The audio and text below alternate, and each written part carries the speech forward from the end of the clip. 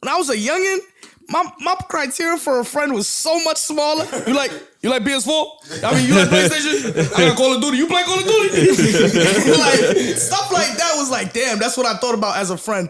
But then as I got older, it just, I don't know, it became much more like just narrow, you feel me, of who I thought of as friendship. And it wasn't because of like no issues. I didn't have like a list or anything of like my homie need to be like this, and this. Like it wasn't nothing like that. I just found myself just be like, damn, like availability, dude. I want a friend right now. I mean, it's alright. Like they a homie, but like I think I felt just like, damn, you feel me? I got the Courtyard boys that I'm cool with. You feel me? Those are my brothers.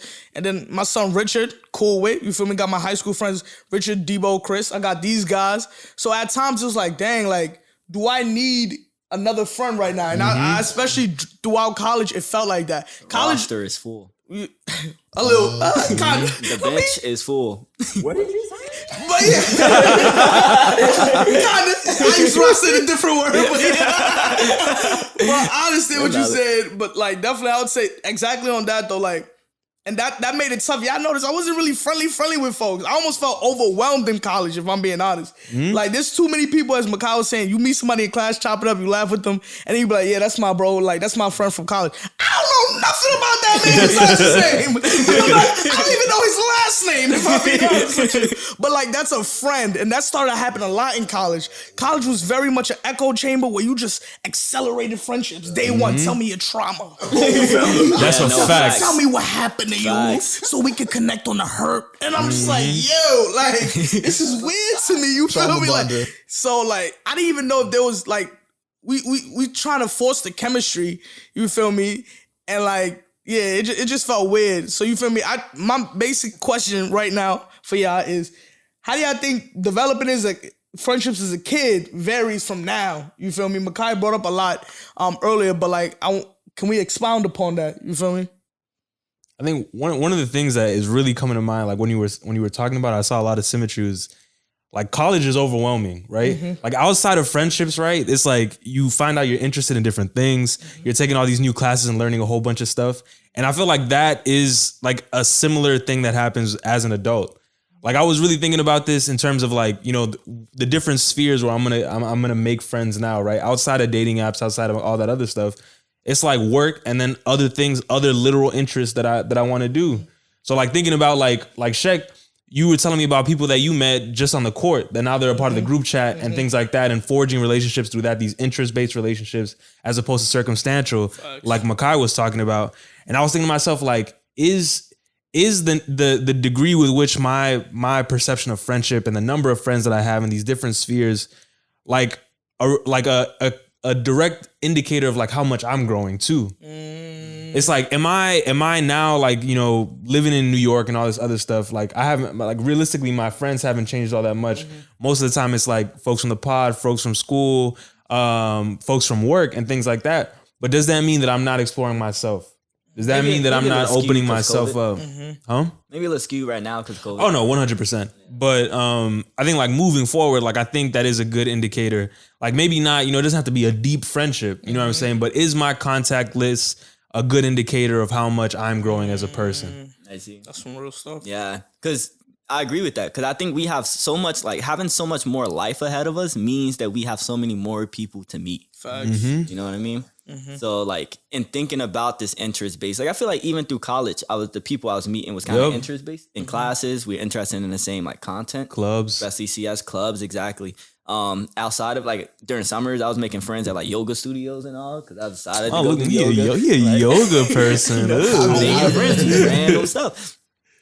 And that brings me to another thought of like not being able to talk to or having not talked to strangers as much due to COVID because like it's like 6 feet, wear your mask and everything, and wearing AirPods, talking to it. But like that is something I really miss about like just making new friends on a regular. You know, like at college, I'll go eat lunch at Wilbur, not be sitting with anybody, sit down and yo, what's up? Hey, you in my class or something? So I think it is an indicator of you being out there more. But like reinvesting and making those deeper relationships is an indicator of like you prioritizing your connections and all. Definitely. Yeah. And then tie that into like work wise as well. Like do you guys track, or at least like be conscious of how often you're talking to people within your network, like professional connections, just specifically? Because I have a spreadsheet where I keep track of like people I've met either at my company or like outside and like networking, informational interviews and all. And I'll like, and this is hella OD, but I'll even take notes after I meet with them in like another column. So you can reference them. Yeah, they'll be like, you become day coach when you do that. exactly. And put the date in there, and then got a formula that says like, if it's over 60 days, the row will turn red. Oh my gosh. Excellent. Different. But like I'm intentional with that because I like to prioritize these people in my life and be conscious and intentional about building these relationships. Bro, you took that to like a literal level. Bro, a whole other level. You said keeping up with people to like a business. If it's been 60 days and he ain't hit you up, he don't mess with you. That's what he's saying right now. He don't mess with you if it's past the 60 days. Didn't make the You list. in red. It's a literal roster that he was talking about. That is so wild, But bro. in building it, I felt like kind of, I don't know, superficial if the word for it. But I was like, no, like this is, first off, I have a bad memory. So like, I like to write a lot of stuff down. I'm a big fan of to-do lists. I'm a big fan of all this stuff. So like, it's a tool to help me. And I think it has paid dividends for at least my relationships. That's dope. If you guys want it, I can share it. Yeah, please. It's first. Please share that. Please share that. Make that readily available to everybody. Yeah. I was thinking about making it an app. This man smart. Interesting. Yo, don't steal no ideas from me, you heard? CCP certified trademark. Yeah, that's trademark. 2021. That's why. Like, I guess what characterizes a deep relationship with the people on that list? That's what I wanted, because we are talking about friendships. I feel like you it's like a branch now of friendship, right? Like this professional I relationship. guess now it's more kind of just relationships, but I like to think of my professional connections as friendships themselves. It's just interest based. It's just we interested in the same like career, you know, whether that's tech or self-driving cars, autonomous vehicles. And that's like I've met people and they don't make it on the list because I'm like, you know, maybe we'll cross. Oh my goodness. You know? we with LinkedIn connections, I have tons of those, but not all of those are on my list. I think you're so. I realized I need to learn that. Like I did not. I remember at Stanford. There was a few people like I'll meet and we'll always just talk about career stuff. Like they'll talk about, what internships are you doing? What company did you work at? What's the company series? Like what are you into? And I never saw those people as my friend. I'm like, these are just like, it feels like more like a try hard thing. Where if we're together and all we're talking about just our careers, like we're not really friends. Like we just career like Associates. Yeah, exactly. And sometimes it feels elitist too. So that's why I'm like, oh yeah, like this conversation is only between us. Like we're so career hungry.